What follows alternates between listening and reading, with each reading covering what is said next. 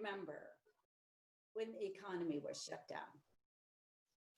My husband Gordon and I were in front of the TV watching the news flashes come by, and we were stunned and shocked with what we were seeing. And it was about 3 seconds later, and the phone rings, and my 30-year-old son Weston is on the phone, and we can hear the fear in his voice, and he's rapid firing questions. Today, we still get lots of questions from Weston, and the questions are changing. Questions like, pipeline, Mom, my pipeline was crushed. What do I do to get it back? Pocketbooks. When are businesses and business owners going to be opening their pocketbooks and spending money and investing in the future? And this working virtually, is this the new normal I'm going to do for the rest of my life? You know, my guess is that your salespeople are asking you the same questions, aren't they? You are their leader, and your leadership matters. You know, it's not just our salespeople and our teams that are asking questions. Here's my grandsons. My youngest grandson, Harvey, his question the other day was, Mom, can we go outside to play? Or are there too many germs out there? And then my oldest son, he said, Mom, will I ever go back to school? I'd really like to see my friends. We didn't get those types of questions before COVID-19, did we? Those are new questions that we handle all around. And me, I have questions too. My business, is it even viable moving into the future? My employees, how am I going to keep them engaged? What should they be focusing on? And what in the world do we need to do to make certain that we can increase sales in the future? I imagine you're asking these types of questions yourself. You are the leader. And in fact, I imagine that's one of the reasons that you've joined the Sales Strategy Virtual Summit today, is because you're looking for answers. You know, as I've reflected on some of the questions that I've asked myself, I realize that my clients have been asking these types of questions to me for years. Even though the times have been different, the questions that they've been asking have been the same. And my answer to them has actually been a question that creates opportunity, a question that opens up possibilities, a question that invites leaders to think differently about their world. And so that's the question that we're going to be talking about today. So let's talk about our thinking. Our thinking, our mindset matters. You know, when business is good, we don't have to think so much about our thinking because we're so busy checking things off our to-do list and bringing in the business and fixing that problem and getting that done and making it happen. But in the midst of chaos and crisis, we may need to be more intentional and deliberate with our thinking. For us as leaders, thinking makes a difference. How we think, how we act affects all of our followers and our families. How we think opens the doors of possibility. And here's what's amazing about us as leaders and us as humans. We get to shape our own thinking. We get to make choices. I love what some of our great leaders have said. Gandhi, a man is but a product of his thoughts. What he thinks, he becomes.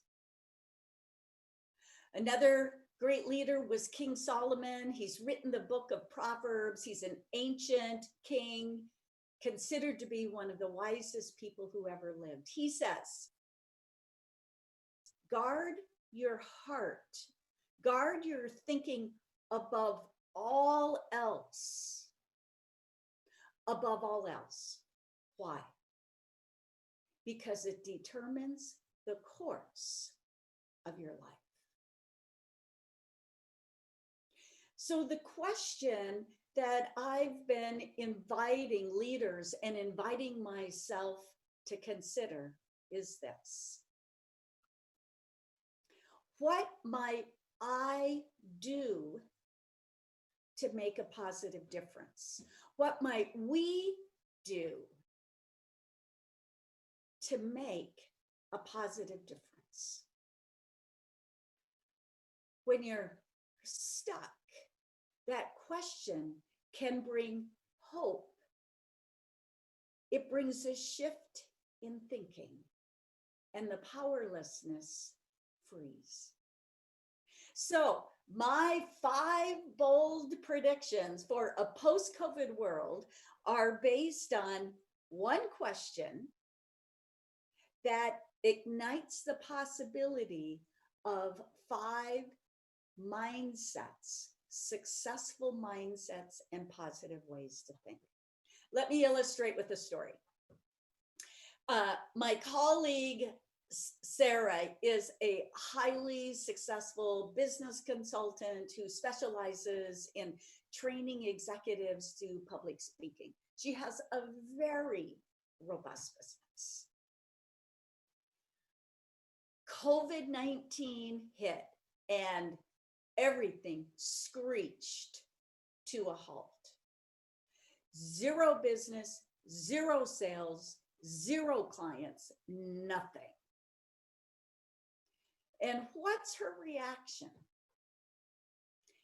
Her reaction is probably similar to most of us. She starts blaming anyone and everyone for what's happening. Of course, she blames COVID-19, but then she also blames the government and the news and her marketing and the web developer, and the list goes on and on. She even blamed herself. Now that's an odd one, blamed herself, but she says, you know what? I should have known. I should have been able to predict that this would happen.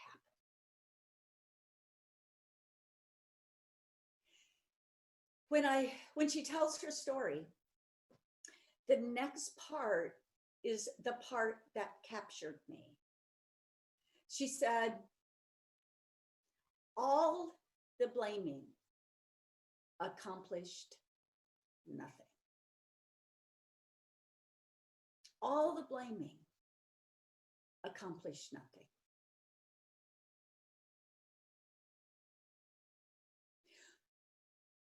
She felt stuck where she was at. She felt powerless. What about the people on your teams? Do you recognize the stuckness? How many are feeling that powerlessness?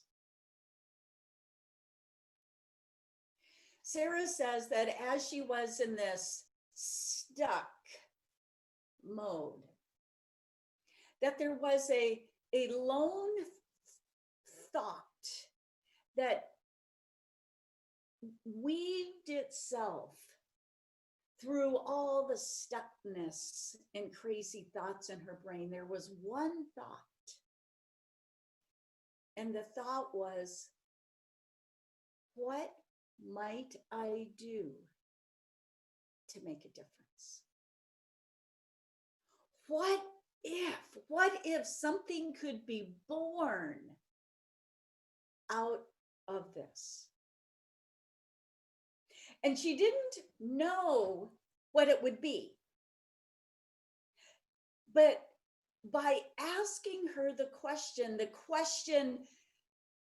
energized her. She said, I could begin to feel getting unstuck. And just thinking about the question gave her hope that there might be some possibilities and some opportunities in the future. What might I do to make a positive difference? What might you do to make a positive difference in this crazy, uncertain, unpredictable world that we live in? My 5 bold predictions are based on this one question that taps into and unleashes 5 successful mindsets that will propel you and your teams and your businesses to be successful in a COVID-19 world. And I'd like to take a look at those now. So here's the first one, a future-focused mindset. It is very natural in a crisis situation that we begin to look to the past. We begin to look at who messed up and why me. And the experts say that that is part of our actually grieving process, grieving what's been lost and what's in the past. However, we have to pivot. We have to pivot and begin looking to the future. I'm not certain how many of you are involved also in the coaching profession. The coaching profession, just like the sales profession, has a commonality. And the commonality is that at the core, it's about insightful, robust, relevant, thought-provoking questions. And in the coaching world, when they've studied the anatomy of questions, what they have found is that the questions that start with what seem to accomplish the most in the long run. So what might we do to make a positive difference? We can start to look at the future. So here's how we put that into practical action for all of us. If we're in a conversation and we hear questions that start with who or why, that is a yellow flag. And I don't know if this looks like a yellow flag or a white flag to you, but it's supposed to be yellow. And what we're looking to do is to have questions where we get the green flag, questions that start with what, that are focused into the future. Number 2 prediction. Leaders with an innovation mindset will find solutions to seemingly unsolvable problems. Again, in a crisis situation, it's very natural for people to say, oh, we haven't done that before. We tried that a couple of years ago. It didn't work. And even as leaders, when ideas bubble up to us, we may have a tendency to cut them off too quickly. We judge too quickly. When the researchers study innovators, they find that there's a certain word that top innovators use that open up possibilities. They create new mental and neural pathways. And it's when those new connections begin to happen that new products and new services and new markets and new clients are born. Here is that secret word of top innovators. It's a little word. It's the word might. What might? One of my top salespeople, John, he came storming into my office because shipping had messed up something. And he came in saying, we need to fire so-and-so because they messed up my order. Definitely a yellow flag, probably a red flag. And as the leader, what I needed to do was obviously hear him. That's going to be a session on listening. And to also, what might be some options that we could explore that are going to keep the customer happy. So as a leader, the yellow flag is when there's no options. The green flag is when we can start to hear some additional options and get the synergy and the creativity happening.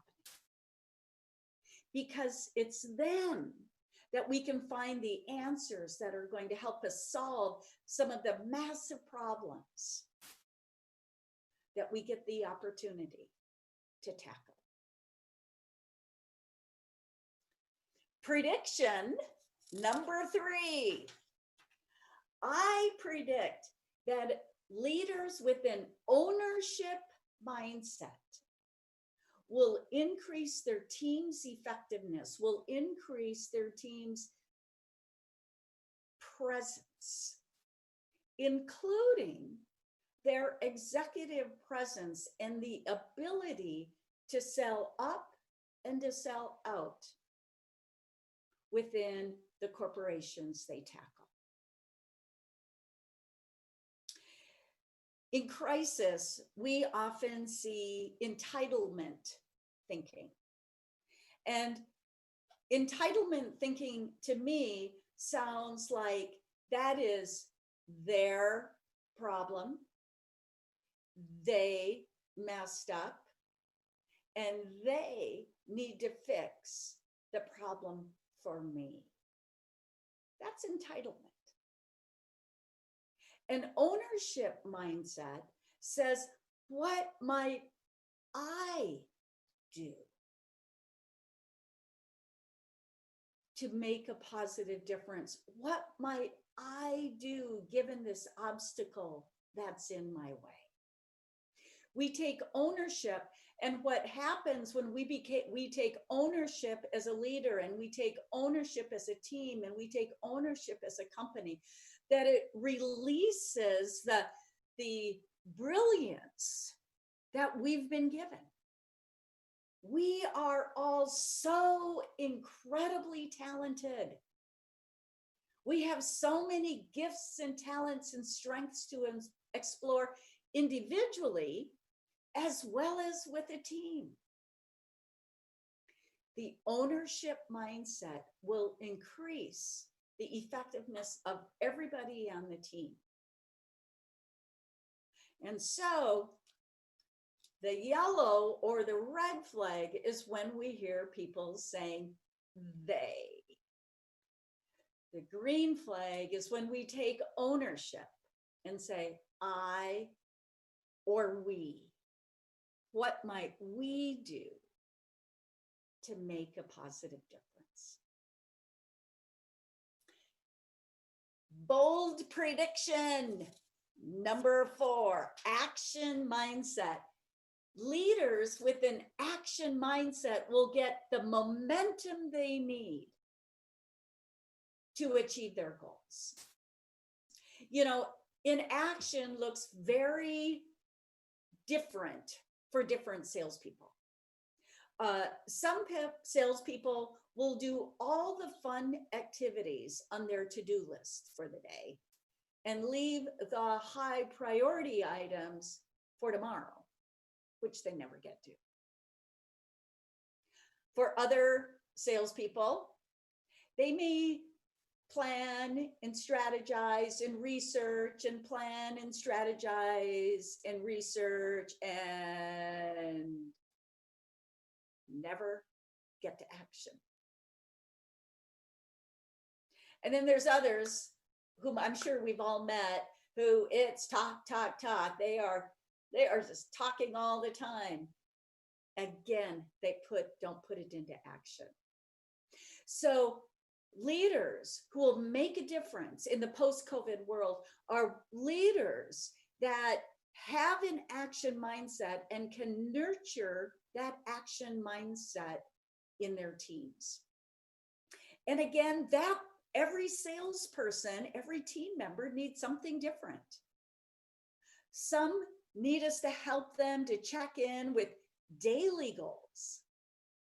Others, maybe it's weekly or maybe monthly.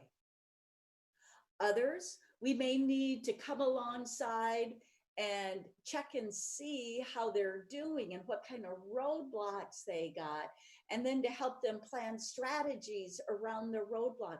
It's going to vary for every salesperson. We, as leaders who are making a difference in the future, need an action mindset ourselves and to be able to pivot all of our salespeople to be action oriented also. And here's the 5th one, my 5th prediction, an optimistic mindset. Those leaders with an optimistic mindset will achieve unbelievable results.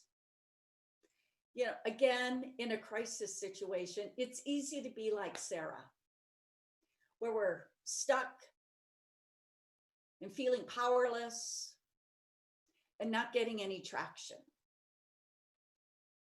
And what the brain researchers say is that when we are positive, it's like there's literally a light bulb goes off in our brain. I mean, being positive energizes the neural pathways, and we see things that we haven't seen before. We can see pathways forward just by having an optimistic outlook. And yes, we always need to be realistic. We need to deal with the facts that we have at hand. And at the same time, we need to be having a clear, positive, compelling vision for the future.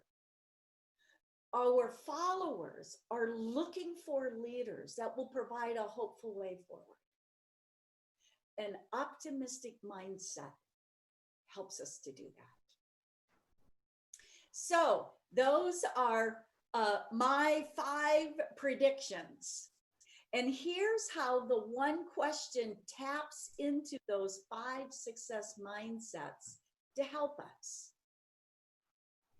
So we have, when we use the word what, We're tapping into that future focused mindset. We're looking to bring our teams to focusing future and not towards the back.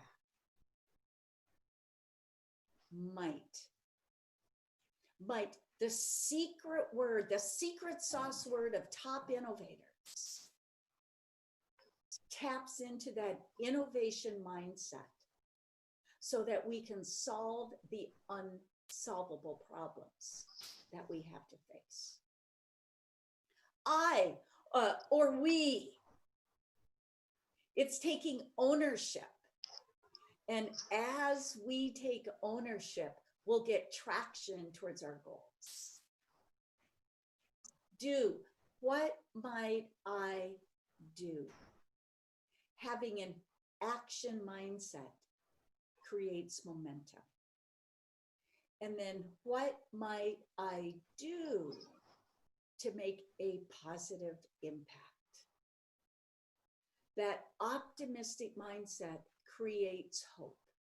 One question, 5 success mindsets that we can ask ourselves. We can begin asking our teams, our salespeople, our followers, our employees. And in doing so, we will begin to experience breakthrough sales results, even in a post-COVID world.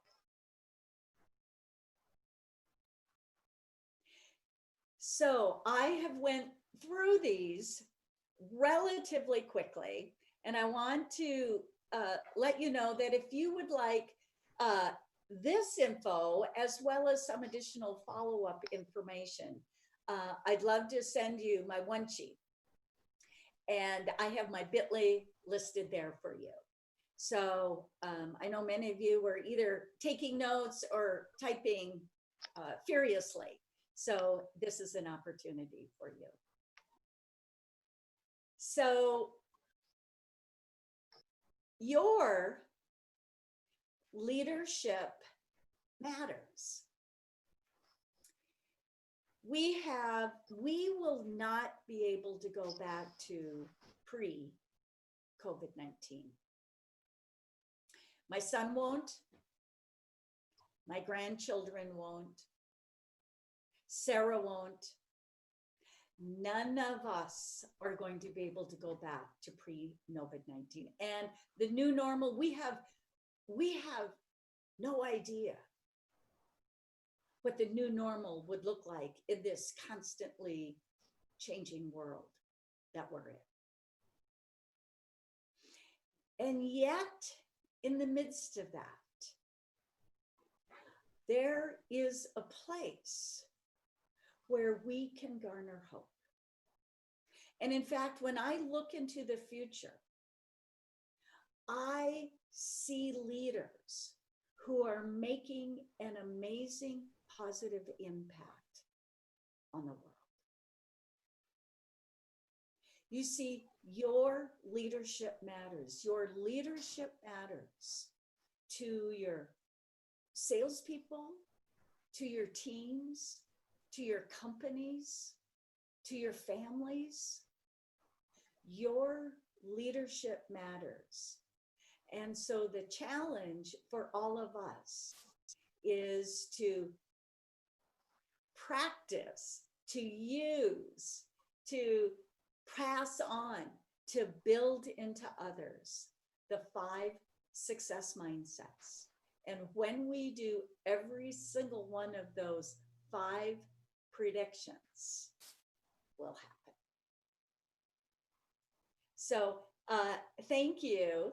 Is there time for Q&A, questions and answers? Thank you so very much, Ms. Danita Bye. Like you said, that our delegates have been penning down their thoughts. There are a lot of questions that have come your way. We're going to take them, at least a couple of them. But before that, we'd like to take a poll from our delegates right here. So let's take you to the poll on your screen and let's get to know from all of you what your thoughts are. right up on your screen. So let's see what most of you think. You have 30 seconds to answer. And our poll question is, with the outbreak of the pandemic, what steps are you and your company taking to keep up the flow of revenue? You have your four choices, and we're waiting for all of you to pour in your thoughts. And let's see what majority of you think.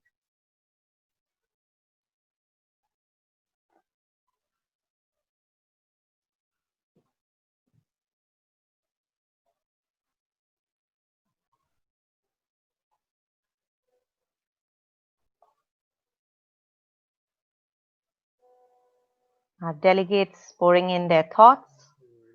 With the outbreak of the pandemic, what steps are you and your company taking to keep So up right now there's a 10 seconds poll. the flow of revenue? After the poll, we'll go back to Ms. Danita Bye and ask her a couple of questions that have come our way from our delegates. Of course, all those of you who will be sharing your thoughts using our hashtag ET Sales Strategy on Twitter, LinkedIn, and Facebook get a chance to win some fantastic gift vouchers worth 5,000 rupees. So keep posting, keep sharing your questions, and we have the results of the poll right here. Most of you, 31% of you feel sell with all the above, and that's what we thought. So our delegates, the results up on the screen for you. With the outbreak of the pandemic, what steps are you and your company taking to keep up the flow of revenue? And most of our delegates feel that it is D, and sell with all of the above. So Ms. Bai, I'm sure that you agree with this thought as well. And we'd now like to come to you for a couple of questions that have come our way from the delegates. The first question being, how much time do you feel it will take for the sales to get back to normal once the pandemic is over, the scare is over? Because they feel that the paper industry is really suffering. Your thoughts on this? Says interact with the MC, give your thoughts. You can't do that. So once again, I'd like to raise this question. So I have here question number one. How much time will it take for it to be normal in sales? Paper industry is also suffering due to the same. So I believe that it's going to take a long time to be normal. We just did a survey of presidents and CEOs here in the United States. And the question we asked is whether they thought it would be a V-shaped recovery or if it would be a long, slow recovery. And all of the CEOs that we said, with the industries that we were involved in, said that it was going to be a long, choppy, messy recovery. And so in the midst of that, that's why it's so important for us to have the future mindset and the innovative mindset, because we're going to have to be creative in how we find our way through this new normal. It is not, I submit, it is not going to be easy unless you're selling toilet paper or, there's some other hot items. But for the majority of businesses, we're going to have to be extra creative and listening to our clients to find the solutions. Thank you so very much, Ms. Danita Bye. That's all the questions that we have time for. We'd like to thank you for sharing your thoughts with us. And of course, the 5 bold predictions. I'm sure that our delegates had a lot to learn from you. Thank you so very much for joining us. Thank you so much. It's been an absolute pleasure. I am honored. Well, as